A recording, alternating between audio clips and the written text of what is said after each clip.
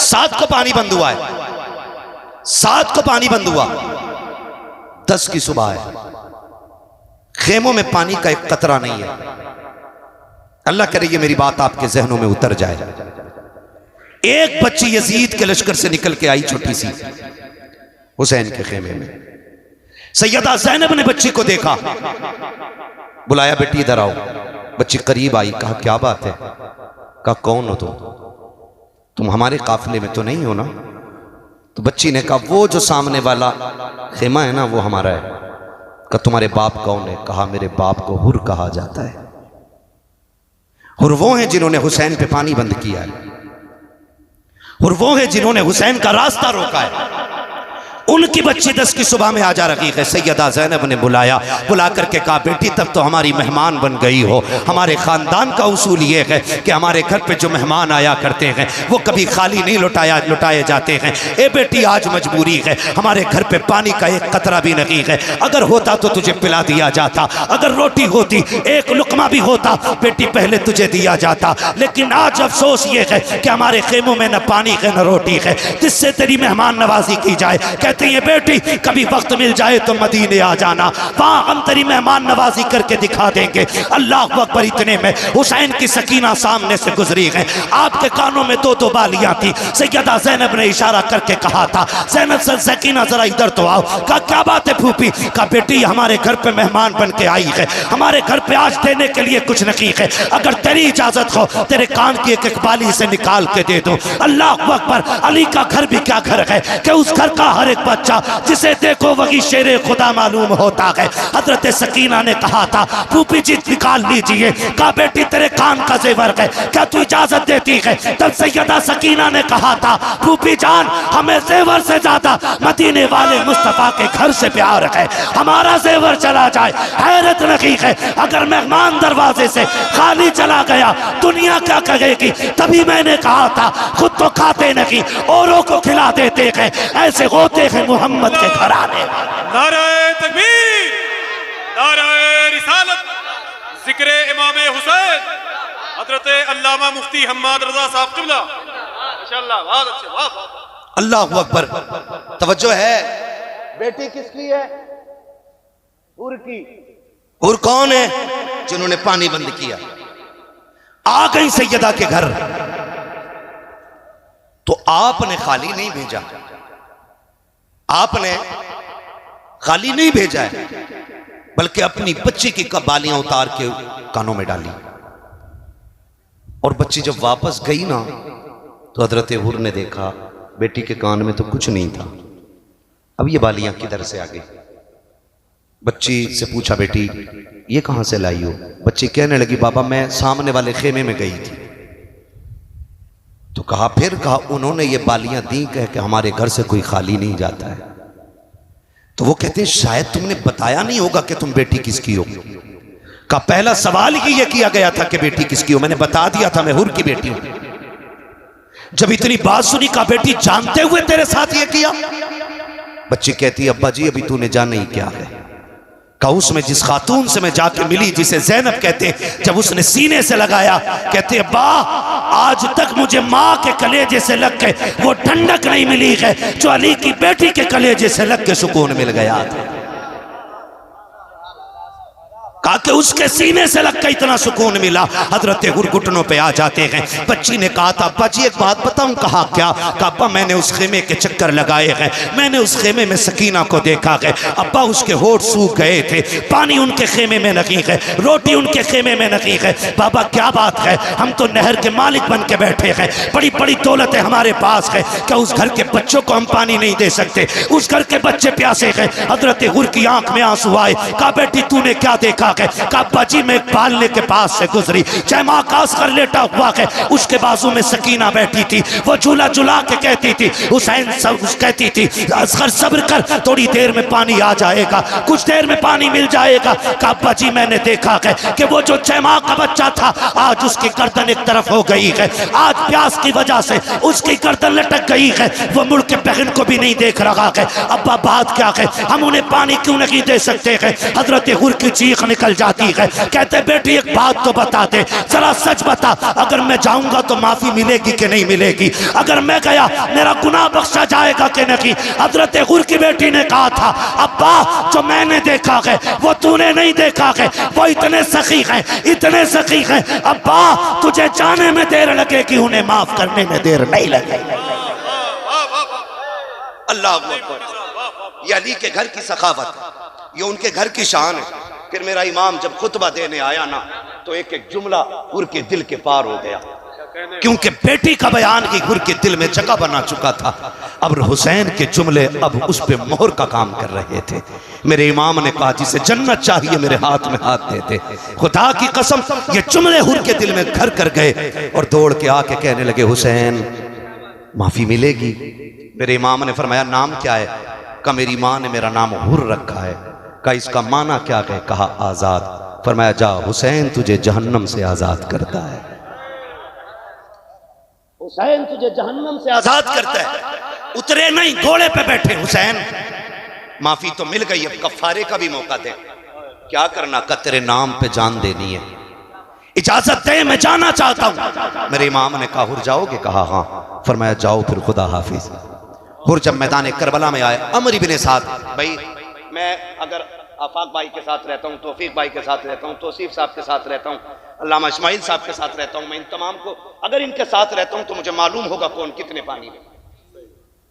भाई अपने साथ रहने वाले को सब जानते कौन कितने पानी में है ना, सब जानते हैं कि किसका वजूद कितना है। अमर इब्ने साद जानता था, एक मुद्दत हो गई थी हुर को उसके लश्कर में, उसे पता था हुर में ताकत कितनी है, कितने सिपाहियों का मुकाबला कर सकता है। हुर ने, अमर इब्ने साद ने हुर के मुकाबले के लिए उनसे 7 गुना ज्यादा सिपाही भेजे। कितने? लगे तो नहीं है ना अभी असद भाई को भी सुनना, कितने गुना? 7 गुना ज्यादा ताकतवर सिपाही भेजे। हुर की तलवार उठी, बिजलियों की तरह उठी और टुकड़े करके डाल दिए। अमर इब्ने साद ने कहा, हुर तुझे क्या लग गया भाई? कल तक तो ये ताकत नहीं थी और अब ये जुर्रत के अपने से 7 गुना ज्यादा ताकतवर लोग टुकड़े करके डाल दिए। मुस्कुरा के कहा, कल तक यजीद के टुकड़ों पे पलता था, अब हुसैन की ठोकरों से उठ के आ रहा हूं। कहा तुमने जाना नहीं, कल तक मैं तेरे बाप के टुकड़ों पे, तेरे आका के टुकड़ों पे पलता रहा, अब उसकी ठोकर से उठ के आया हूं कि जिसके दर से जमाना खा रखा है। तभी तो मेरा इमाम कहता है, कौन देता है देने को मुंह चाहिए, देने वाला है सच्चा हमारा। अल्लाह अकबर। अमर इब्ने साद ने कहा, रुको भाई, बात समझ में आ गई, ये अली के लाल से मिल गए हैं, अब आसानी से नहीं मारा जाएगा। का फिर ऐसा करो, दूर से हमला करो, तीर तलवार मारो, बर्छियां मारो, करीब मत जाना वरना टुकड़े करके डाल देगा, वरना टुकड़े करके डाल देगा। सबने ये बात कही और फिर चारों तरफ से हजरत हुर पे जब बारिश हुई, आप घोड़े से इस तरह नीचे आए जैसे आंख से आंसू टपक के रुखसार पे आता है। आप नीचे आए, शहादत का जाम पिया, यके बाद दीगरे शहादतें होती रही, शहादतें होती रही। पहले जानिसारों ने शहादतें दी, फिर सहाबा ने शहादतें दी, फिर मौलाए कायनात के शहजादों ने शहादतें दी, फिर बारी आ गई हसन हुसैन की आल की। खुदा की कसम तारीख गवाह है, एक एक शहादत खून के आंसू रुला देती है। और बात यह नहीं है कि हम सीना पीटने वाले लोग हैं, अल्लाह का शुक्र है हम बरेलवी हैं, हम सीना पीट के अली अली नहीं करते, हम सीना खोल के अली अली किया करते हैं, सीना खोल के अली अली किया करते हैं। सीना पीटना हमारा काम नहीं है। 10 मुहर्रम को मेरे इमाम ने 71 लाशें उठाई हैं। कितनी जोर से? कितनी 71, 71 मेरा इमाम उठा के लाया। लोग बात करते हैं कि नहीं जी जी वो बेदर्दी से शहीद हो गए, बस इतना कह दो, खत्म। तेरे अब्बा का एक बार एक्सीडेंट होता है तो खोल खोल के बताता, लाइट डाउन थी, नजर कम थी, चश्मा छोटा था, अब्बा को घोड़ा नहीं दिखा, टांग से टकराए, फिर हेलमेट उधर लगा, फिर नीलगाय में घुस गए, ताकि तेरे अब्बा के उसके दिल में दर्द पैदा हो जाए जो तेरे बाप का कुछ लगता ही नहीं। अगर हम हुसैन की शहादत उनसे खुल के बताएं जो पलते ज़हरा के टुकड़ों पे हैं, तो फिर पेट में दर्द क्यों होता है? हम इसलिए नहीं बताते कि लोग सीना पीटे, हम इसलिए बताते कि कुर्बानी कोई आम नहीं थी करबला की। वो यूं ही शहीद आजम नहीं है। हाँ, वजह उसकी 71 लाशें मेरे इमाम ने उठाई हैं, और उनमें गैरों की नहीं, अपने अकबर की भी लाश है। उसमें कासिम के टुकड़े भी हैं। हम तो जानते हैं खुदा की कसम, रोड पे एक्सीडेंट होता है, लोग देखने वाले गुजर जाते हैं, सच्चाई दुनिया गुजरती है, क्या हुआ का हाथ फट गए हैं, कोई कहता भेजा निकला हुआ है। लोग अगर देख सकते हैं तो देख लेते हैं, नहीं देख पाते तो यूं करके निकल जाते हैं। लेकिन अजनबी लाशों पे बैठ के रोया कोई नहीं करता है। लेकिन अगर उन्हीं हादसे के मकाम पर माँ आ जाए या बहन आ जाए, भाई आ जाए या बाप आ जाए, फिर लोगों को पूछने की जरूरत नहीं पड़ती है इसका बाप कौन है। जो रोड पर अपने सर पे मिट्टी डाल रहा होता है, लोग समझ जाते हैं मरने वाले का बाप है। जिसके सर पे दुपट्टा ना हो, लोग जान लेते हैं ये मरने वाले की माँ है। जिस बहन ने होश खो दिए हो, लोग समझ जाते हैं ये मरने वाले की बहन है। हुसैन तेरे सब्र को सलाम है, तेरी जुर्रत को सलाम है। जिनका एक चला जाता है उनकी कमर टूट जाती है। तू अकबर को लाया मगर टूटा ना था, तू असगर को लाया मगर टूटा ना था, तू मोहम्मद को लाया मगर टूटा तो ना था। हद तो तब हो गई जब मेरा इमाम हजरत कासिम के टुकड़े उठाने के लिए गया और मैदान करबला में गया। चारों तरफ देखा, हजरत कासिम नजर नहीं आए। आप सर पकड़ के बैठ गए। मालिक बता तो सकी, मैं जाके अपनी भाभी को क्या जवाब दूंगा? मेरा भतीजा किधर है? मैं आया अकबर को लेकर चला गया, अब्बास को लेकर के गया, एक एक करके सबको लेके गया। क्या कासिम को नहीं लेके जाऊंगा? कहाँ है मेरा कासिम? अल्लाह अकबर। यजीदियों ने इतने टुकड़े किए थे कि मिट्टी डाल दी थी टुकड़ों पे। आवाज आई गैब से, हुसैन चादर बिछा दे और कान लगा के सुन। जहां जहां से तिलावत की आवाज आती हो वहां वहां कासिम का टुकड़ा मौजूद है। मेरे इमाम ने वो चादर बिछाई है जो कंधे पे नाना मुस्तफा की रखी थी, जमीन पे ला के रखी, कान लगाया है। कहीं से सूरे रहमान की तिलावत की आवाज आ रही है, कहीं से सूरे यासीन की आवाज आ रही है। हाथ मिट्टी में डाल रखे हैं, कहीं से बाजू हाथ आ रहा है, कहीं से पैर हाथ आ रहा है, कहीं से सर हाथ आ रहा है। कटरी को उठाया है, कमर पे रखा है मेरे इमाम ने, और जब खेमे में लेकर के आए हैं, हर लाश को उसके खेमे पे इमाम ने पहुंचाया था। लेकिन जब कासिम को लेकर के आए हैं,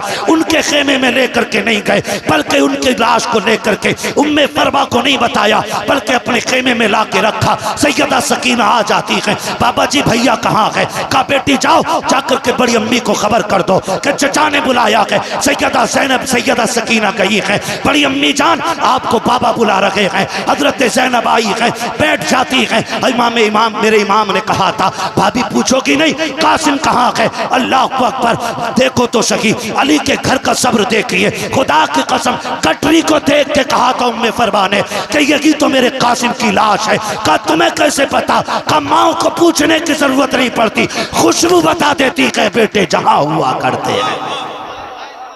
नारे तकबीर, नारे रिसालत, जिक्र अहले बैत। है तवज्जो सारे लोगों की, खुदा सलामत रखे सारे लोगों को। जब गठरी खुली, सबसे ऊपर सर रखा था हजरत उम्मे फरवा ने ना, बाल नहीं नोचे थे, गरेबान चाक नहीं किया था, बल्कि वो सर जो गठरी में सबसे ऊपर रखा हुआ था उसको चूमा, और फिर सजदे में गिर के कहती मालिक तेरा शुक्र है तूने उम्मे फरवा की कुर्बानी कबूल फरमा ली है। ये जुर्रत, ये शुजाअत उनके घर की है। 71 लाशें मेरे इमाम ने उठाई हैं। आज तो मुझे हैरत होती है यार, 10 मुहर्रम के नाम पे क्या क्या ना हुआ, कौन कौन से तमाशे और कौन कौन से मेले नहीं हुए, जिनको पर्दे का वकार देने के लिए नबी की बेटी ने मुख्तसर सी जिंदगी में मुकम्मल किताब दे दी। आज उन्हीं की बेटों की कुर्बानी के दिन में हमारी बेटियां बेपर्दा हो गई। मैं पूछना चाहता हूं एक एक नौजवान से, मुझे इससे मतलब नहीं है कि आप ताजिया किस तरह बना रहे, मगर मैं इतना कहूंगा आज हमारे ताजिए रोज़े हुसैन का नक्शा कम और मंदिर ज्यादा होते हैं। हाँ, उनमें टोटल मंदिर का नक्शा होता है, वरना जिस तरह जो नक्शा बनना था किसने बनाया बताओ? कितने लोग बना रहे हैं। और फिर हद हो गई यार, हद हो गई। जो साल भर बेटी घर से नहीं निकली वो ताजिए में धागे बांधने निकल गई, और हम इसे दीन कह रहे हैं। मुझे बताओ, अगर रोज़े हुसैन का नक्शा ही क्यों ना हो, बताओ रोज़े हुसैन का नक्शा ज्यादा है या हुसैन ज्यादा है? बोलो बोलो तो सही, नक्शा ज्यादा है कि हुसैन? और जोर से, इतनी जोर से बोलो कि गाफिलों के कानों के पर्दे फट जाएं और उन्हें पता चल जाए कि दीन क्या है। बताओ, रोज़े का नक्शा ज्यादा है कि हुसैन ज्यादा है? उलमा गवाह है ना, मेरी कौम साफ कह रही है कि नक्शे से ज्यादा वकार मेरे हुसैन का है। क्लियर है ना? कोई शक? बड़े बड़े उलमा बैठे हुए हैं, ये सब मेरे सर के ताज हैं। पूरी जिम्मेदारी के साथ कह रहा हूं, 1 लाख नक्शे उनके रोजे के बना लो, मैं एक बाल हुसैन के सर का लेके आ जाऊंगा। 1 लाख नक्शे मिलकर के भी हुसैन के एक बाल की बराबरी नहीं कर सकते। फिर वो ताज़िए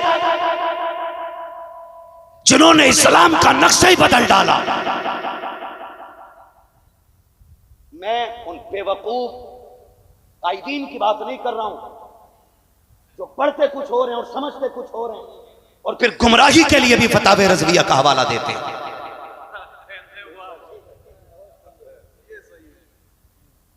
मैं नहीं चाहता इन चीजों में पढ़ना।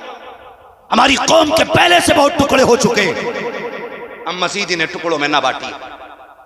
अगर आपकी समझ में फतावे रज़विया नहीं आ रही है, अल्लामा इस्माइल के पास आइए, हमारे इन उलमा के पास आइए। इनके बाल सफेद हो गए कुरान पढ़ते पढ़ाते। इनसे वो चैप्टर खुलवाइए जिसकी रोशनी में तुम जवाज के फतवे दे रहे हो बैठ करके। हाँ, मेरा फोटो लगाया, उस पर चिड़िया बना दी, वो वाली जो 11,000 की लाइन पे लगी होती है। मैंने कहा सुन, ये चिड़िया हर उस जगह समझ लिया कर जहां मैं हुआ करूं, क्योंकि शुक्र है हमने ताजुश्शरिया की जूतियां उठाई हैं। तुम्हारे जैसे कुत्तों को चुटकियों में हम मिट्टी में मिलाना जानते हैं, लेकिन हमारे सामने उम्मत के और मसाइल बहुत हैं।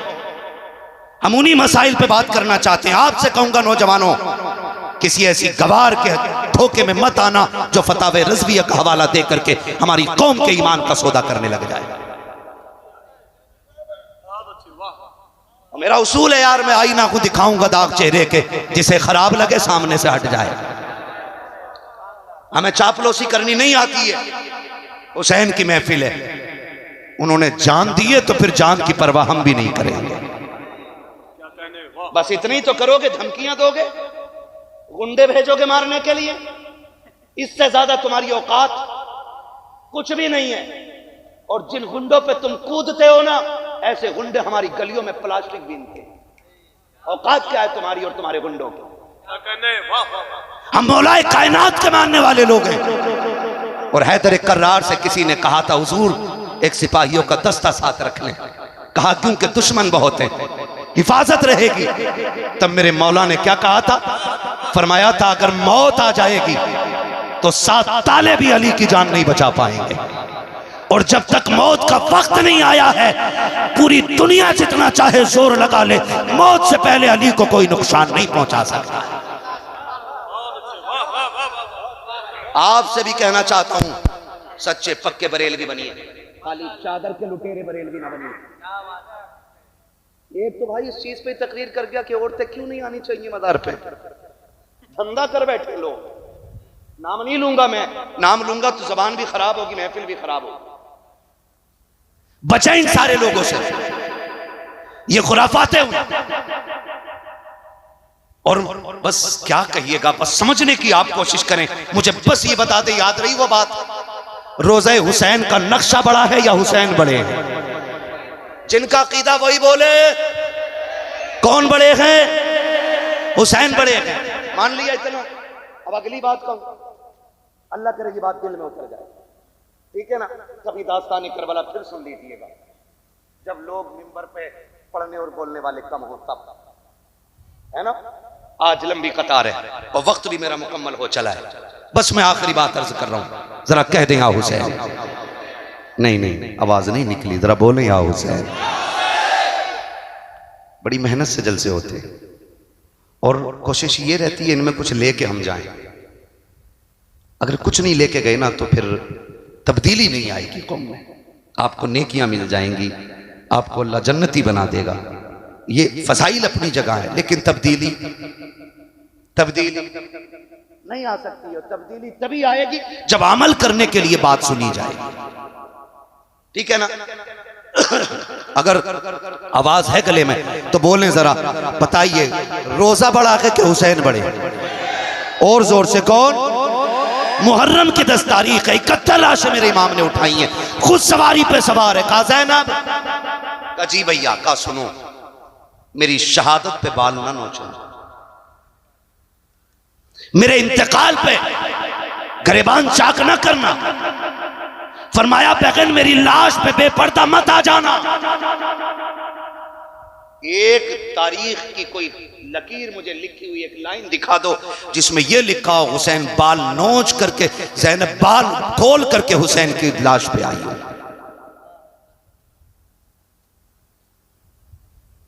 एक मोतबर किताब में लिखा हुआ दिखा दो। मैं राफजियों की बात नहीं करता हूं, उन्हें तो सीना पीट नहीं है क्योंकि पिटाई उनका मुकद्दर है, और ये मेरे कहने की वजह से नहीं, अली की बेटी के कहने की वजह से है।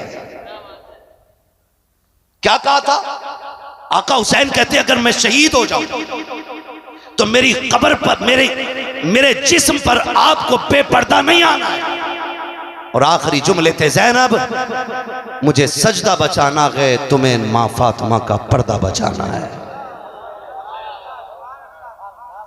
मैं सजदा बचाने जा रहा हूं, तुम्हें पर्दा बचाना है। मेरा इमाम मक्तल में गया, तारीख गवाह है, इमाम शहीद हो गए हैं, लाशों पे घोड़े दौड़ गए हैं, लेकिन किसी ने सैयदा ज़ैनब को बेपर्दा नहीं देखा है। हाथ जोड़ के कहता हूं बहनों के भाइयों से, बेटियों के बापों से, क्या डूबने के लिए इतना ही कम है कि दिसंबर के अंदर 5 मुस्लिम बच्चियां गैर मुस्लिमों के साथ होटल में पकड़ी गई हैं? क्या ये मर जाने के लिए कम है? कोसी जैसे शहर के अंदर पर्दा बोलने वाली बेटी गैर मुस्लिम के साथ चली गई है, क्या यह डूबने के लिए काफी नहीं है? रामपुर जैसे शहर के अंदर एक मुस्लिम बच्ची ने सैकड़ों मुस्लिम बच्चियां गैर मुस्लिम बच्चों के हवाले की है, क्या मरने के लिए यह काफी नहीं है? क्या डूब मरने के लिए इतना नहीं है? हम किस दिन संभलेंगे? कभी डोरी के नाम पे बेटियां निकाली, कभी ताजिए के नाम पे बेटियों को बेपर्दा किया। कौन सा मुंह सैयदा ज़ैनब को दिखाओगे? तुम्हें खुदा का वास्ता, अगर ज़ैनब हुसैन जैसे भाई के जिस्म पे बेपर्दा नहीं आती तो बेटियों को इन ताजियों पे जाने की इजाजत किसने दी है? ताकि बांधने की इजाजत किसने दी है? सुनो, तुम्हें ज़ैनब का वास्ता है, तुम्हें फातिमा का वास्ता है, जाके बेटियों से कह देना, ए बेटी हुसैन वाली वो नहीं होती है जो ताजियों पे धागे बांधती है, हुसैन वाली वो होती है जो सरों पे दुपट्टे बांधा करती है। जवाब नहीं मुफ्ती साहब। इस किरदार को आम करो, आम करो। तुम्हारे यहाँ की औरतें मस्जिद में नमाज पढ़ती हैं, कहने एक टाइम की भी नहीं जाती। हाँ? अरे जाती नहीं औरतें मस्जिद में, जुमा पढ़ने भी नहीं जाती। सही बताओ, जाती है जुमे में? अरे अच्छा, अलविदा जुमे को उसमें भी नहीं, फिर ईद तो जाती होंगी ना? बोले हाँ, डर क्यों रहे? जाती है ईद की नमाज पढ़ने? बोले जोर से। इधर वाले भी मेरे भाई बोल दे, बड़ी बड़ी दूर से एक एक भाई आया है। खुदा आपकी मोहब्बतों को कबूल फरमाए और ज़हरा के लालों का सदका अता करे। मुझे पता बड़ी बड़ी दूर से नौजवान आए हैं और इनको मैंने नहीं बुलाया है, जिनकी महफिल है उन्होंने बैठा रखा है। मेरी औकात क्या है मैं किसी को बुला सकूं? ये तेरा कर्म है आका के बुला लिया है अपना। कहां मुझसे ये कमीना, कहां सिलसिला तुम्हारा? जाती है नमाज पढ़ने मस्जिद में? अरे बोलो भाई, नहीं बोलोगे ऐसे ही बोलता रहूंगा भाई, फिर असद भाई फजर बाद पड़ेगा। क्या राय है ना? तवज्जो है सारे लोगों की? जाती है जुमा पढ़ने, ईद पढ़ने? क्यों? क्यों नहीं जाती? क्यों नहीं जाती है भाई? क्योंकि इस्लाम ने इजाजत ही नहीं दी।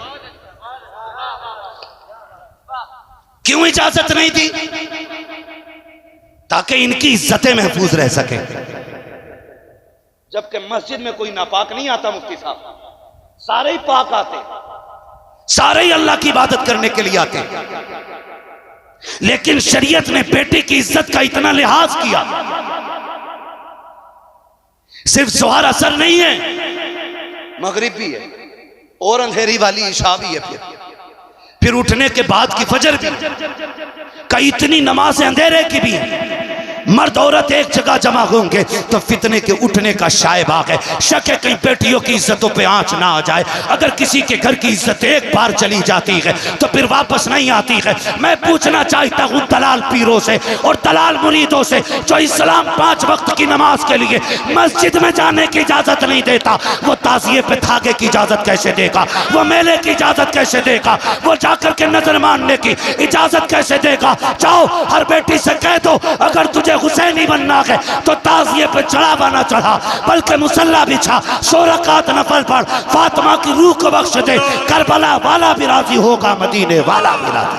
नारे तकबीर, नारे रिसालत, जिक्रे इमामे हुसैन, अल्लामा मुफ्ती हम्माद रजा साहब किबला।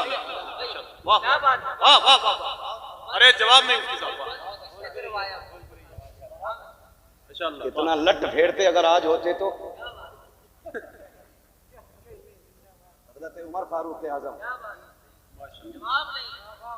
ऐसा बंद कराया कि आज तक कोई जा नहीं सकती मस्जिद में। एक उमर ने दुनिया की मस्जिद में जाने वाली औरतों का एक बार कह के जाना बंद कर दिया और सारे पीर मिलकर के अपनी मुरीदाएं नहीं रोक पा रहे। ये अच्छा है, कारी साहब लोग माशाल्लाह। क्या बात है, वाह वाह वाह। कारी साहब लोगों को समझना चाहिए, समझना चाहिए सबको। ये दीन नहीं है। अहद करो नौजवानों, हम वो करेंगे जो अली की बेटी ने करबला में करके दिखाया है। वादा करते हैं इंशाअल्लाह। जाके बेटियों को बता दो, हुसैन तेरी न्याज पे ऐसी न्याज से राजी नहीं होंगे जो मेले में जाके की जाएगी, जो ताजिए के आगे खड़े होके की जाएगी चौक में जाकर के। सुन, हुसैन को राजी करना है तो फिर तिलावत की आदी हो जा।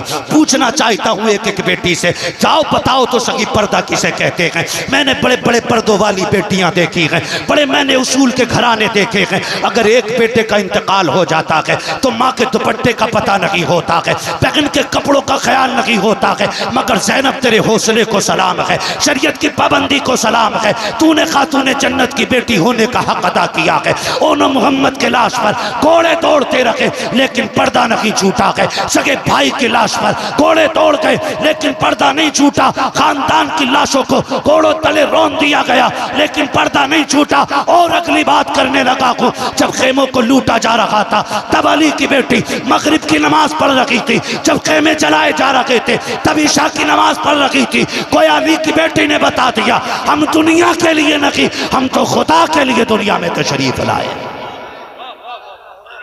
यही हर घर का निजाम होना चाहिए, वरना फिर कोई मतलब नहीं रह जाता। अगर तेरी बेटी मेकअप करके ताजिए के आगे खड़ी है तो कोई मतलब नहीं है तेरे सबील का, कोई मतलब नहीं है तेरे इंतजाम का। बड़ी कुर्बानियां लगी हैं तब दीन यहां तक पहुंचा है, बड़ी कुर्बानियां लगी हैं। पर्दा देखो, खुदा की कसम अगर मैं पर्दे की बात करूं ना, एक रिवायत मैंने पढ़ी है लेकिन मैं इसको इसलिए कम बयान करता हूं कि पता नहीं ये मोतबर है कि गैर मोतबर है। क्योंकि अमर इब्ने साद से यजीद ने कहा था, इब्ने ज़ाद ने कहा था अमर इब्ने साद से कि यार चलो सर तो काट लिए, फतह भी कर ली और जीत भी गए हम, लेकिन एक बात बताओगे? कहा क्या? क्या तुमने इतने छोटे छोटे सर काटे, क्या तुम में से किसी को भी पूरी जंग में एक बार भी रोना नहीं आया? ये इब्ने ज़ाद ने अमर इब्ने साद से कहा। तवज्जो है सारे लोगों को? इब्ने ज़ाद ने कहा कि तुम जो सर काट लाए हो, अच्छी बात है, जंग हो गई, हम जीत गए। उस कुत्ते के लफ्ज ये थे कि अल्लाह ने अमीरुल मोमिनीन को फतह अता फरमाई और बागियों को अल्लाह ने शिकस्त फाश दी। मगर ये तो बताओ, क्या तुम्हें पूरी जंग में किसी पे तरस नहीं आया? या अमर इब्ने साद जैसा कुत्ता कह रहा है, इब्ने ज़ाद जैसा। अब अमर इब्ने साद का जवाब सुनो। उसने कहा एक बार तो मुझे भी रोना आ गया था। कहा कब? तवज्जो है भाई, मैं इन लोगों के हुक्म पे आके चल रहा हूं, वरना मेरा वक्त मुकम्मल हो गया। ठीक है ना? क्या कहा कि एक बार तो मुझे भी रोना आया। कहा कब? कहा जब हुसैन घोड़े से नीचे आए और आपका घोड़ा वापस खेमे में पलटा, जीन खाली थी। हुसैन जब नीचे आए किसी में जुर्रत नहीं थी, कोई अली के बेटे के पास चला जाता। उसने कहा मैंने 42 फौजियों को भेजा था, सर काट के लाओ। कहा जब अली के बेटे ने यूं सर घुमाया तो सारे तलवार छोड़ के आ गए थे। कहता उसी बीच में जब घोड़ा पलटा और घोड़े की जीन हुसैन की सकीना ने खाली देखी, कहा उसने खेमे से निकल के मक्तल की तरफ देखा। हुसैन कायदे में बैठे थे करबला के मैदान में। कहा तब हुसैन की सकीना दौड़ के आई। कहता पैदा करने वाले की कसम, पर्दा बहुत अहम था हुसैन के घर का कि वो 7 साल की सकीना भी इस तरह आ रही थी कि मैंने उसके चेहरे की एक झलक भी नहीं देखी थी। ये वो कह रहा है अमर इब्ने साद, ये कह रहा है मैंने एक झलक उसके चेहरे की नहीं देखी। का 7 साल की बेटी का पर्दा ऐसा था। का सुन रोना कब आया? का जब बेटी आई हुसैन की गोद में बैठी और बाप के चेहरे का लहू साफ करने लगी। मेरे इमाम बेटी से प्यार कर रहे, बेटी बाप से प्यार कर रही है। का मैं सामने खड़ा था तो हुसैन ने एक दहाड़ मारी और एक मर्दाना आवाज में कहा था कुत्तो अपनी नजरें फेर लो, मैं अपनी पर्दे वाली बेटी से मुलाकात कर रहा। कुन या मुईनुद्दीन चिश्ती कादरियम नारे या गौसे आज़म मीज़नम दमज़ शेख अहमद रज़ा ख़ान क़ुत्ब आलम मीज़नम बलगल उला बिकमालिही कशफ़त दुजा बिजमालिही हसनत जमीउ ख़िसालिही सल्लु अलैहि व आलिही। करूँ तेरे नाम पे जाँ फ़िदा, न बस एक जाँ दो जहाँ फ़िदा, दो जहाँ से भी नहीं जी भरा, करूँ क्या करोड़ों जहाँ नहीं। जिसको अपने नबी से जितनी मोहब्बत का एहसास हो, कोशिश करें सारे लोग उतनी ही आवाज़ के साथ रसूल और आले रसूल की बारगाह में दुरूद सलाम की डालियाँ निछावर कर लें। पढ़ें बावाज़ बुलंद अल्लाहुम्मा सल्ली अला सय्यदिना व शफ़ीइना व नबीना व मौलाना मुहम्मदिन मअदनिल जूदि वल करमी व आलिहि व अस्हाबिहि व बारिक व सल्लिम सलातन व सलामन अलैका या रसूल अल्लाह सल्लल्लाहु तआला अलैहि वसल्लम। मैं सबसे पहले मुबारकबाद पेश करता हूँ सोनू भाई और उनके तमाम रुफ़क़ा, अहबाब, दोस्त और वो तमाम बरादरान जिन्होंने बेपनाह कोशिशें और मेहनतें करके इस महफ़िल को सजाकर हमें और आपको अल्लाह और उसके रसूल के ज़िक्र करने का मौका फ़राहम किया। मौला करीम इन तमाम अहबाब को दिन दूनी रात चौगनी तरक्कियाँ अता फ़रमाए और जितने भी आशिक़ाने मुस्तफ़ा इस महफ़िल में तशरीफ़ फरमा हैं, अल्लाह करीम सबकी हाज़री के सदक़े में हमारी भी हाज़री अपनी बारगाह में कबूल फ़रमाए। मुअज़्ज़ज़ हाज़रीन इकराम, अभी आपने बड़े ख़ूबसूरत लबो लहजे में शुअरा से नातो मनक़बत के अशआर मुलाहिज़ा फ़रमाए। उनके बाद एक बहुत कम वक्त में आपने बड़ी ख़ूबसूरत गुफ्तगू भी मुलाहिज़ा फ़रमाई। मेरे बाद भी इंशाअल्लाह आपको ख़ूबसूरत कलाम भाई असद इक़बाल कलकत्तवी साहिब क़िबला से सुनना है। कोशिश ये रहेगी कि उतनी देर बात की जाए जितनी देर आपके कानों को बोझ न लगे, इसलिए कि ज़िक्र पाकों का है, ज़िक्र कदर वालों का है, इसलिए समाअतें भी कदर वाली ही होनी चाहिए।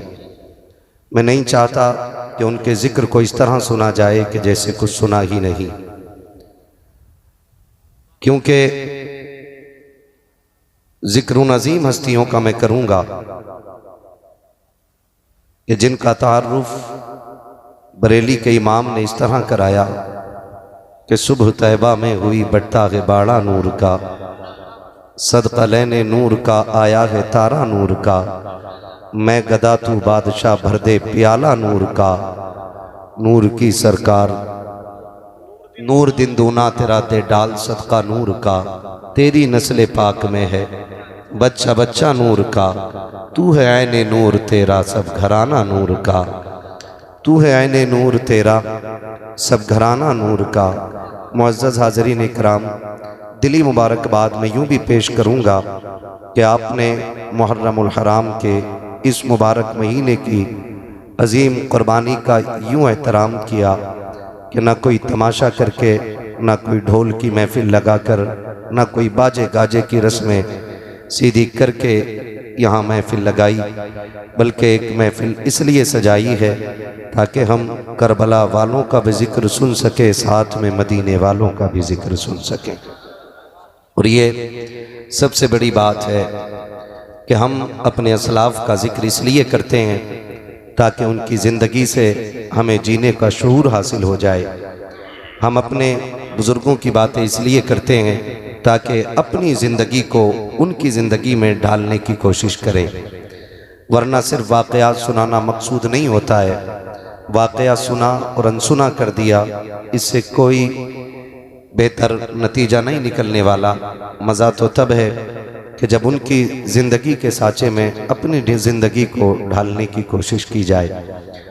नक़ीब अहले सुन्नत भाई आफाक रज़ा मुशाहिदी साहिब क़िबला बेहद मेहनत कर रहे थे कि बोलें बोलें बोलें बोलें, तो कई लोग मजबूरी में हाथ उठा रहे थे। मैं पहले ही एक बात कह दूं, कोई उनके नाम पे मजबूरी में हाथ ना उठाए, भले ही पूरा उठ के यहाँ से चला जाए।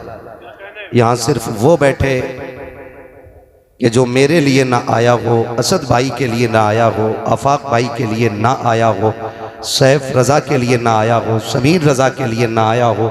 यहाँ वो बैठे जो सिर्फ मदीने वाले मुस्तफ़ा के लिए आया हो। ये याद रखिएगा, वरना ये उसूल बना लें और ये अपनी ज़िंदगी का अपनी ज़िंदगी का वजीफ़ा भी इसी को कर लें और उठते बैठते यही कहा करें, जब तक बिके न थे तो कोई पूछता न था, जब तक बिके न थे तो कोई पूछता न था, तुमने ख़रीद कर हमें अनमोल कर दिया। अज़ीज़ान मिल्लत इस्लामिया, मैं इस मौके को गनीमत समझता हूँ और मैं सोच रहा हूँ लोहा गर्म है तो चोट मार ही देनी चाहिए, क्योंकि हज़ारों की तादाद में बातें सुनने वाले लोग रोज़ रोज़ नहीं मिलेंगे। आज है तो मैं बात कह जाऊँ, और मैं ये पूरी जिम्मेदारी के साथ कह रहा हूँ, अगर मैं अपने बाप की बात करूँ तो गरेबान पकड़ के मिंबर से उठा देना, और बात रसूल पाक की हो तो एक एक बंदा इस बात को सीने पे नोट करके लेकर के जाए। मैं बड़ी शर्मिंदगी के साथ ये कह रहा हूँ कि हम उस कौम को परवान चढ़ा रहे हैं जिसमें से 30% हमारी कौम को अभी जलसों में बैठने का दब नहीं आया है। बुरा ना मानिएगा, ये मत सोचिए हम ही आए और हम ही को डांट पड़ गई। हमारी कौम के 30% नौजवानों को भी जलसों में बैठने की भी तमीज नहीं। अगर गलत कह रहा हूं अंदाजा लगा लें, मेरे 30% मैंने कहा, लगभग 35% से ज्यादा लोगों के सरों पे टोपियां नहीं है। ये एक बहुत बड़ा अलमिया है, इसे हल्के में मत लेना। हम 70 सालों में अभी तक अपनी कौम को टोपियों का शौक नहीं दिला पाए, और हमें एक बीमारी लग गई है कि दुनिया हमें सबसे ऊंचा मान ले, हमारे परचम लहराएं। मैं तो खुद से भी कभी कभी मुखातब हो के कहता हूं, कभी इतराने की जरूरत नहीं है। परचम कायनात में सिर्फ अल्लाह और उसके रसूल का बुलंद रहेगा। बाकी कायनात की हकीकत यह है कि हुए नामवर बेनिशां कैसे कैसे, जमी खा गई आसमां कैसे कैसे। मेरी कौम के नौजवानों, आप इमाम अली मकाम की महफिल में आके बैठे हैं, याद रखिएगा आज के बाद किसी भी जलसे में जाओ ना तो नंगे सर न जाना, इसलिए कि दुनिया की महफिल में बैठने का मतलब और होता है और हुसैन की महफिल में बैठने का मतलब और होता है। ये ख्याल रखिएगा कि जब उनकी महफिल में जाया करो तो टोपियां लगा लिया करो, ताकि ये पता चले कि ये कौम हुसैन की महफिल में बैठने के लिए जा रही है। मैं अक्सर ये देखता हूँ जलसों में कि जिस बस्ती में जलसे होते हैं उस बस्ती के नौजवान गांव के बाहर घूमते होते हैं और बाहर के लोग आकर के उस बस्ती के जलसे को आबाद करते होते हैं। तो मैं कभी कभी सोचता हूँ इन्हें क्या हो गया है, फिर कभी खुद ये सवाल का जवाब मुझे मिलता है और मेरे जहन की यूं समझे कि इस तरह से मेरी जहन साजी की जाती है, गोया कोई पीछे से थपकी दे के कहता है कि महबूब की महफिल को महबूब सजाते हैं। ये जो गलियों में टहल रखे हैं इन पर एतराज न कर, ये जो आज भी शहर के बाहर निकल आए हैं इन पर एतराज न कर। हकीकत ये है कि महबूब की महफिल को महबूब सजाते हैं, आते हैं वही जिनको सरकार बुलाते हैं। अगर कोई इतनी अजीम महफिल में नहीं आके बैठा ना, मुझे कोई एतराज नहीं है, मुझे कोई शिकायत नहीं है। उस बंदे को सोचना चाहिए कौन सी गलती कर बैठा हूं जो आज भी अली के बेटों ने अपनी महफिल में बैठने की जगह नहीं दी है। ये ख्याल कीजिएगा। अगली बात जो मैं कहने लगा हूं, अल्लाह करे ये हजम हो जाए, बड़ी कड़वी बात है, अरबाब मिंबर की दुआएं चाहूंगा, हिम्मत कर रहा हूं। 1 मुहर्रम से लेकर 10 मुहर्रम तक हम लोगों ने सफर किए हैं, कई राहों में गुजरे हैं और 10 मुहर्रम में जो नतीजा सामने आया वो बयान से बाहर है। कई जगह पे रोड जाम कर दिए गए क्योंकि लोगों ने बड़े बड़े ढोल गलों में लटका रखे थे, पैरों में जूतियां नहीं, सर पे टोपियां नहीं, मुंह पर वुजू के नाम से एक कतरा पानी का नहीं गया होगा,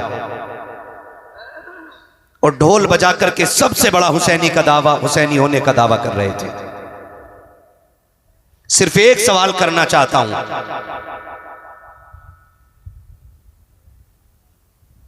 कि जिस इस्लाम की खासियत यह है कि उसका मानने वाला अगर किसी गली से गुजरे और उस गली में कोई पत्थर का टुकड़ा पड़ा रह जाए तो देखने वाला कहता शायद यहां से कोई मुसलमान नहीं गुजरा है। अगर इस गली से मुसलमान गुजर गया होता तो यह पत्थर का टुकड़ा रास्ते में नहीं मिलता, क्योंकि महबूब ने ईमान के हिस्से को इमाततुल अज़ान तरीक कह करके ये बता दिया है कि जो रास्ते में पड़े हुए टुकड़े को इस नीयत से हटा देता है कि कहीं किसी को ठोकर न लग जाए, उसके सीने में भी ईमान की शमा जलवगर हुआ करती है। मैं सिर्फ एक बात पूछना चाहता हूं, अगर राह की पड़ी हुई चीज को हटा देना ईमान का हिस्सा है तो ताज़िये के नाम पे, ढोल के नाम पे राहों को इसलिए रोक देना ताकि लोग हमारी तादाद को देख के मुस्कुराने लग जाएं, हमारी कसरत को देख के मुस्कुराने लग जाएं, लोगों को हैरत हो हमारे सरों की तादाद देखकर। मैं पूछना चाहता हूं, ये कौन सा इस्लाम हम दुनिया को दिखाना चाहते हैं, कौन सा दीन दिखाना चाहते हैं? हम जानते हैं गाड़ियां फंसी रहती हैं, उनमें औरतें भी होती हैं, बच्चे भी होते हैं, भूखे भी होते हैं, प्यासे भी होते हैं। अगर तेरे ताज़िये की वजह से कोई बच्चा गाड़ी के अंदर सा रोने लग गया तो बता क्या फर्क रह जाएगा तेरे सितम में और यजीद के सितम में? अगर तेरी वजह से कोई गाड़ी में भूखा रह गया तो क्या फर्क रहेगा तेरे किरदार में और यजीद के किरदार में? तुम्हें खुदा का वास्ता लेके निकलो जुलूस, तुम्हारी मर्जी है, लेकिन राह घेर के नहीं, राह छोड़ के निकलो ताकि दुनिया को पता चल जाए। राहों को रोक लेना ये यजीदियों का काम है, राहें खोल देना ये हुसैनियों का काम है।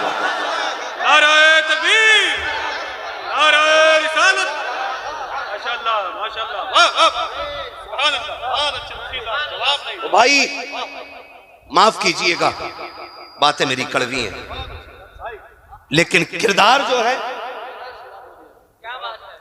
जो है ना, हमारी निस्बतों का पता देता है, निस्बतों का पता देता है।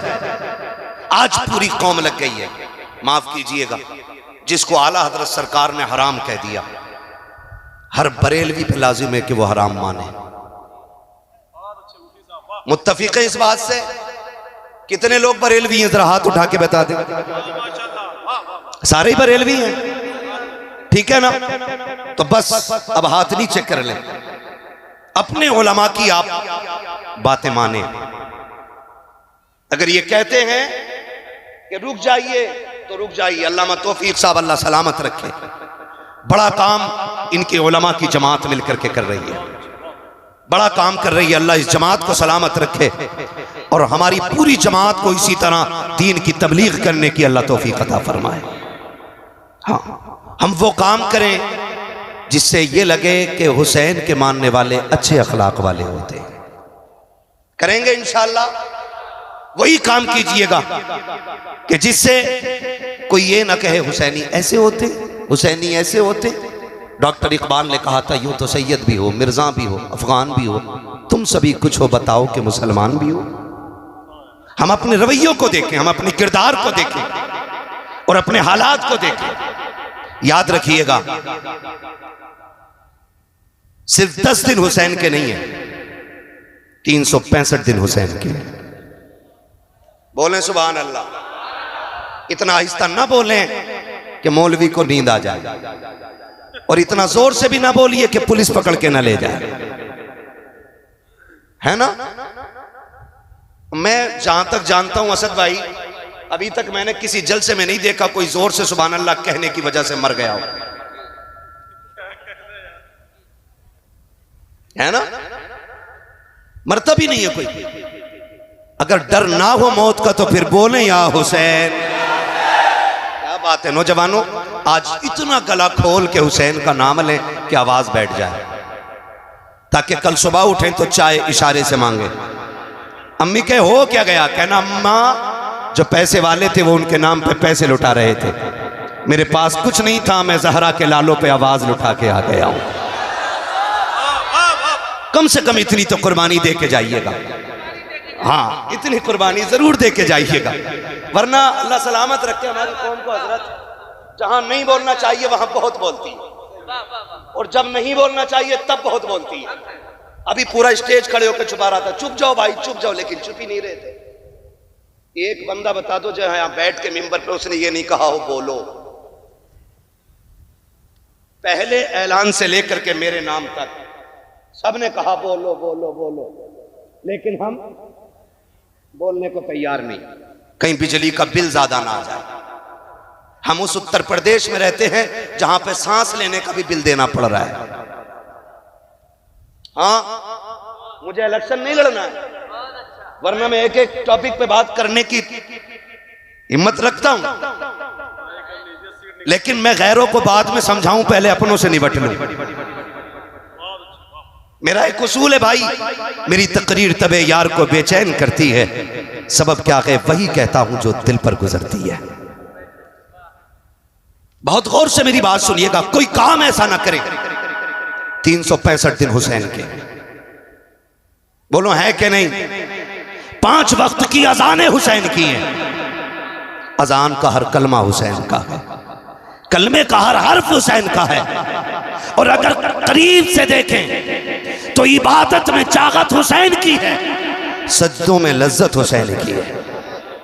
लेकिन उसे पता हो ना जिसने इस इबादत को मजबूती से पकड़ रखा हो, है ना। 10 मुहर्रम आई, ले सबील दे सबील, ले सबील दे सबील। माफ कीजिएगा मैं सबील का मुखालिफ नहीं, तबर्रुक है हुसैन, बटना चाहिए, लेकिन रुक के बताइए पानी वो है जिसे हुसैन ने मुंह मोड़ के देखा तक नहीं। जो सबसे ज्यादा 10 मुहर्रम में हम बांट रहे हैं, पानी वो है जिसे हुसैन ने मुड़ के देखा ही नहीं, और कुरान वो है जिसे नेज़े पे चढ़ के भी सुनाया है। अब इसी चीज को देखें, कौम पानी में डूब गई और सजदे भूल गई, कौम शरबत में डूब गई और तिलावत भूल गई।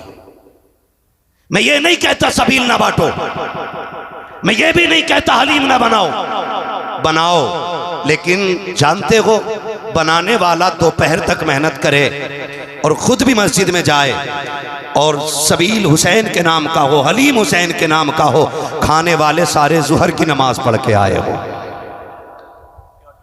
फिर खाने में भी मजा आएगा। और गांव का नाम नहीं लूंगा, एक गांव में गए ना, अजान का वक्त हुआ तो मस्जिद वालों ने कहा कि भाई थोड़ा ये साउंड बंद कर लो। उन्होंने कहा कुछ दिन के लिए अपनी मस्जिद अलग ले जाओ, यहां तो डीजे बजे गई। ये मैं मुसलमानों की और सुन्नियों की बात कर रहा हूं मेरे भाई, रावजियों से तो हमारा कोई लेना ही देना नहीं है। मैं सुन्नियों की बात कर रहा हूं, हमारे बीच भी अंधभक्त है। शहादत याद रही, लेकिन शहादत के वक्त का सजदा याद नहीं रहा। ये क्यों भूल जाते हैं हम? कह रहा कुछ दिन के लिए ना आप मस्जिद उधर ले जाइए, 10 दिन तक ये बंद नहीं होना। खुद सोचें जरा, ये हमारे रवैये दुरुस्त है? ये हमारे तरीके दुरुस्त है? नहीं है ना। अगली बात एक और कह दूं, वादा करें इंशाअल्लाह जैसी मुहर्रम का चांद नजर आएगा हम तिलावत भी कसरत से शुरू कर देंगे और सजदे भी कसरत से शुरू करेंगे। वादा करते हैं इंशाअल्लाह, सारे वादा करते हैं इंशाअल्लाह। जो हाथ नहीं उठा रहे जरा चेक तो करो क्यों नहीं उठा रहे। अगर नहीं उठा तो दुआए कुनूत सुन लूंगा, खड़ा करके देखूं किसका हाथ नहीं उठा। बेटे तुझसे नहीं सुनूंगा, तू बहुत छोटा है, तू डर की वजह से हाथ ना उठा। कोई बात नहीं है, करते हैं इंशाअल्लाह वादा। एक बात और कहूं, मुहर्रम की 10 तारीख शहादत की तारीख है। किस चीज की तारीख? शहादत की तारीख। इसमें अहले बैत अतहार का एक एक फर्द दीन के लिए कुर्बान हो रहा है। अगर मैं फर्दन फर्दन शहादत बयान करूं तो बड़ा वक्त चाहिए। बस मैं इशारतन किनायतन आपसे चंद बातें करना चाहता हूं। बातें अगर कड़वी लग जाएं तो माफ कर जाइएगा। मुहर्रम की 10 तारीख को आप देखें, जब 9 तारीख आई 10वीं शब, अमर इब्न साद ने खबर भेजी कि हुसैन से कहो जंग के लिए तैयार हो जाए। मेरे इमाम ने कहा अमर इब्न साद से जाके कहो जंगे भी कहीं शाम में होती हैं, जंगे भी कभी रात में होती हैं, जंग दिन के उजाले में होगी।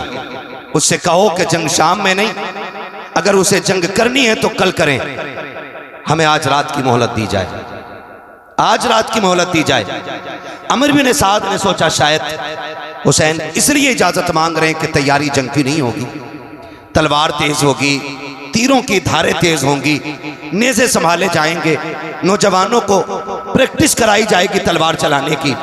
लेकिन जानते हो उसने ये सोच के इजाजत दी कि ठीक है कल जंग करेंगे। मेरे हुसैन ने कहा मेरे दीवानों मेरे पास आओ, और बुला के सबसे कहा था सुनो ये यजीदी मेरे खून के प्यासे हैं, इन्हें तुमसे मतलब नहीं है। कोई बच्चे छोड़ के आया है, कोई बेटियां छोड़ के आया है, किसी ने माँ बाप छोड़े हैं। कहा सुनो हम करीम इब्ने करीम हैं, हम इजाजत देते हैं कि तुम जा सकते हो। ये यजीदी मेरे खून के प्यासे हैं, तुम्हें इनसे कोई मतलब नहीं और इनको तुमसे नहीं, तुम जाना चाहते हो तो जाओ। सबने इनकार कर दिया। हुसैन तुझे छोड़ के हम नहीं जा सकते। मेरे इमाम ने कहा अब्बास का जी आका का चिराग गुल कर दो। क्यों? कि शायद जो उजाले में नहीं जाना चाहता हो वो अंधेरे में चला जाएगा। गाजी अब्बास ने चिराग गुल किया। और लोगों तुम्हें मोहब्बतों का वास्ता है, मोहब्बतें इस तरह निभाई जाती हैं, रिश्ते इस तरह निभाए जाते हैं, और इस तरह से अहद पैमान और वफा के वादे निभाए जाते हैं।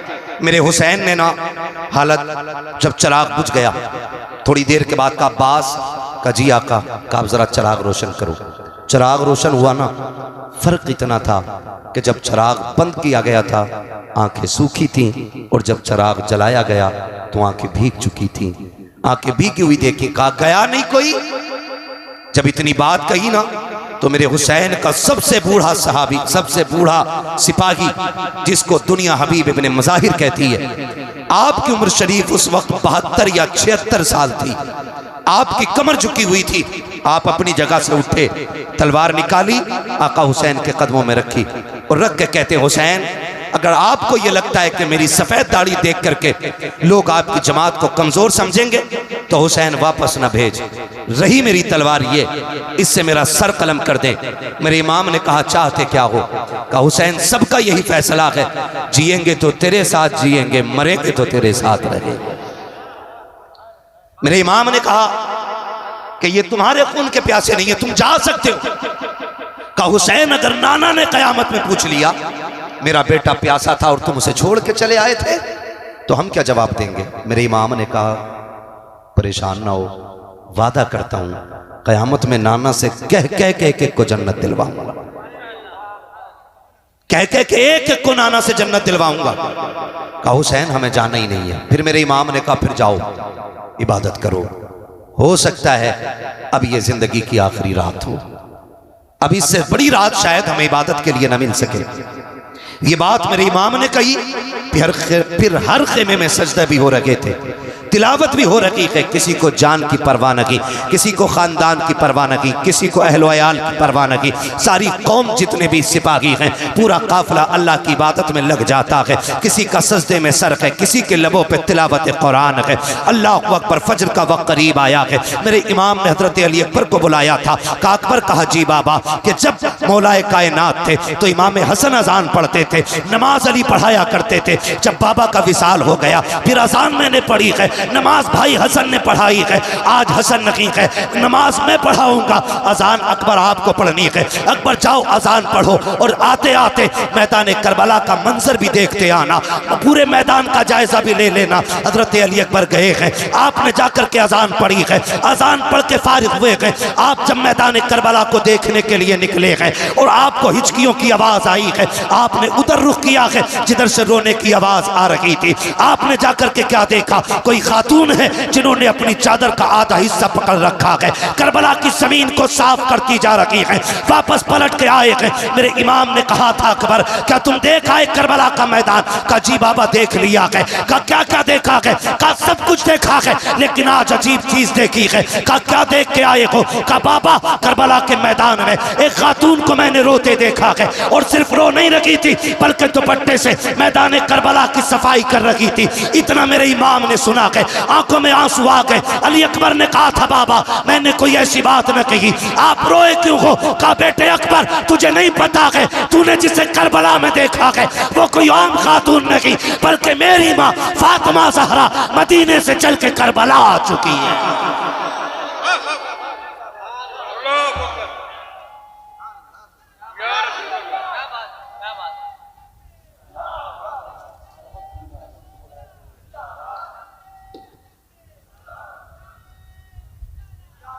जवाब नहीं, जवाब दीजिए माशाअल्लाह।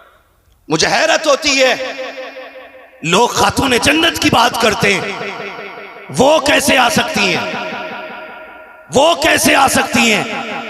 मैंने कहा जरा दिल पे हाथ रख के बता, तू 7 समंदर पार हो और तेरी मां हिंदुस्तान में हो, रात के 3 बजे तुम्हारे पेट में दर्द उठे, फजर होने से पहले मां का फोन पहुंच जाता है, बेटे खैरियत है? अम्मा क्यों? कहा रात 3 बजे से आंख नहीं लग रही है, रात 3 बजे से आंख नहीं लग रही है। फिर बेटा टूटे लहजे में बात करता है ना, तो माँ कहती है बेटे बीमार है ना? हाँ अम्मी तुझे कैसे पता चला? कहा बेटे रात 3 बजे मेरी आंख खुल गई, तब से दिल घबरा रहा है। मैंने कहा अगर आज की गुनाहगार माँ 7 समंदर पार का पता रख सकती है तो खातून जन्नत अपने बेटे करबला में शहीद होने के लिए जो गए हैं उनकी खबर क्यों नहीं रख सकती है?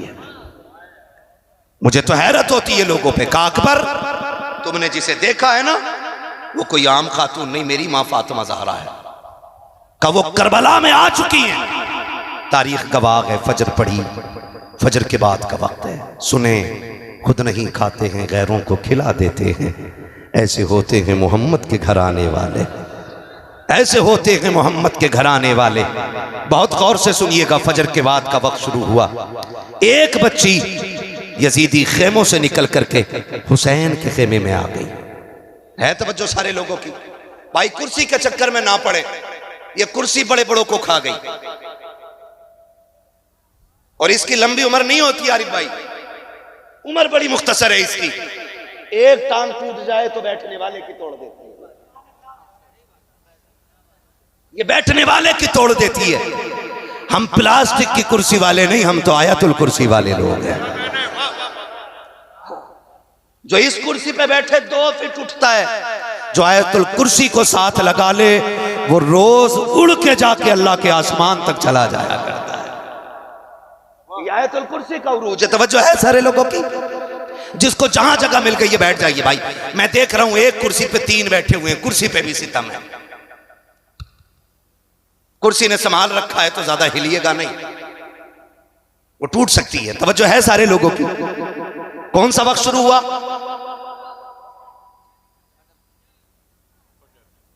फजर की नमाज तो हो गई, फजर के बाद का वक्त शुरू हुआ। अमर बिन साद के लश्कर से एक बच्ची निकल के हुसैन के खेमे में आई। वो बच्ची टहल रही थी, सैयदा ज़ैनब की नजर पड़ गई। जानते हो ज़ैनब कौन है? ज़ैनब वो है जिसने कम उम्र में सबसे पहले कुरान हिफ्ज किया है। हाँ, ज़ैनब वो है जो कूफे की शाहराहों पर, कूफे की गलियों में, कूफे की जमीन पर कुरान की तफसीर बयान करती रह गई है। और मुझे तो बात समझ में ही नहीं आती है, हमारी कौम ने समझा क्या है करबला को। हुसैन जवान होकर के सीधे करबला नहीं गए। हुसैन वो गए जिसने 25 साल रियाजुल जन्ना में बैठ करके लोगों को हुजूर की हदीसें पढ़ाई है। 25 साल तक मेरा इमाम रियाजुल जन्ना में बैठ करके हुजूर की हदीसें पढ़ाता रहा है। और आज मेरी कौम का हाल यह है कि अपना बाप मरने लगता है, बेटे को सूरे फातिहा पढ़ने की तौफीक नहीं होती है, बाप की सांसें अटकने लगती है, तब कुरान वाला तलाश करने जाया करते हैं। कहने को पक्के हुसैनी है लेकिन सही से सूरे इखलास भी याद नहीं है। हाथ जोड़ के तुम्हें खुदा का वास्ता दे के कहता हूँ, ओ लोगों, खुदा के वास्ते आने वाले मुहर्रम से पहले भले डेग बने या ना बने, सबील के लिए पानी का इंतजाम हो या ना हो, हर नौजवान जिसे कुरान ना आता हो इतना कुरान जरूर सीख ले ताकि 1000 मरतबा सूरे फातिहा पढ़ के 10 मुहर्रम को मुसल्ला बिछा के हुसैन से कहे, आका आपने नेज़े पे कुरान पढ़ के सुनाया है, मैं मुसल्ले पे बैठ के सूरे फातिहा सुनाने आ गया।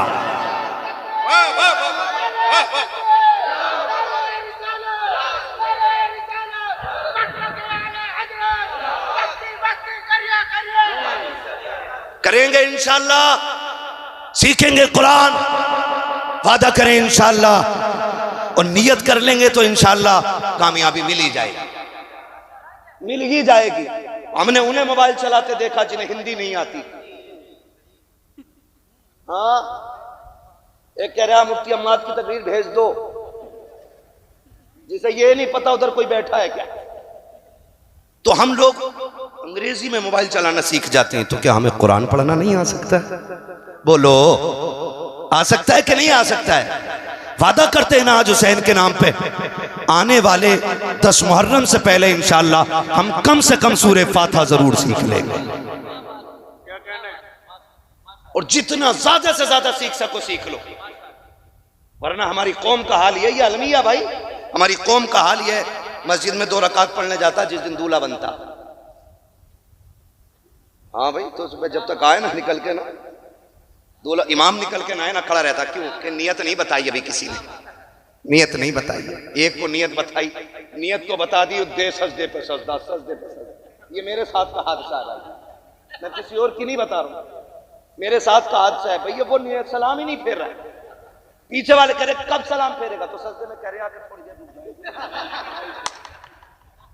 सजदे में कह रहा है कि बस अब के आखिरी रकात है।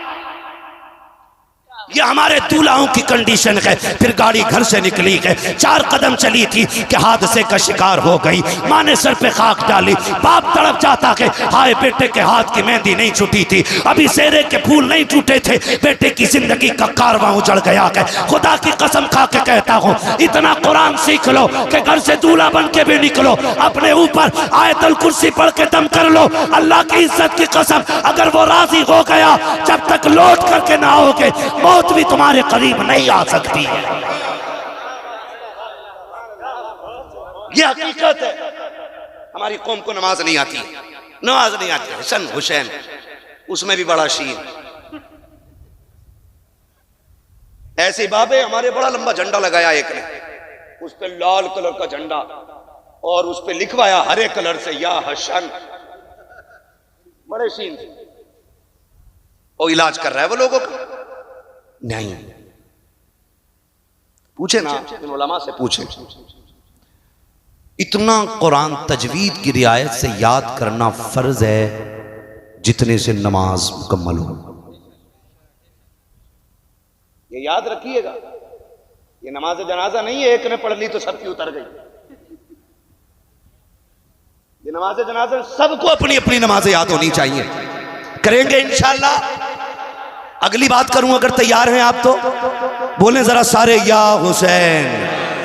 पीछे वाले थक गए, अल्लाह करे इनको हाथ उठाने की तौफीक मिलती रहे। मैं बद दुआ नहीं करूंगा क्योंकि मेरे नबी पूरी जिंदगी इस उम्मत के लिए दुआ करते रहे। हाँ जी, ठीक है, कह सकते हैं, जरा बोल दें या हुसैन। हाँ, मैं एक साहब तकरीर कर रहे थे, वो नजामत कर रहे थे अबद भाई, तो कह रहे कि जो हाथ हुजूर के नाम पे उठ जाएगा उसे कभी फालिज नहीं होगा। मैंने कहा भाई अजीब मसला है, बीमारियां भी रब की तरफ से नेमत होती हैं, ये दावा क्यों कर रहे हो? अगर फालिज होना या अजाब या इताब होता तो इमाम बुसीरी के बारे में क्या राय है? और बीमारियां रब की तरफ से आजमाइश होती है, लेकिन इतना कहूंगा कि जो हाथ हुजूर के नाम पे उठेगा वो किसी बदअकीदा के आगे कभी मिलाने के लिए नहीं झुकेगा। कहें जरा या रसूल अल्लाह। कौन से वक्त की बात हो रही है? फजर के बाद का वक्त है। हुसैनियों में मुबारकबाद पेश करता हूं, तुमने करबला वाले हुसैन की महफिल सजा रखी है।